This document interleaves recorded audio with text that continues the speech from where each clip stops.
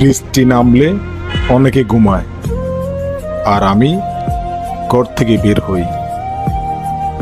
Bike start দিয়ে বাইকে চড়ে জীবন যুদ্ধের দিকে রওনা হই। শরীর ভিজে গেছে, তাতে আমার কোনো আফসোস নেই, তবু মনটা জ্বলছে আগুনে। এই শোরুমটা শুধু দোকান নয়, আমার স্বপ্নের ঠিকানা, আমার ভাগ্যর।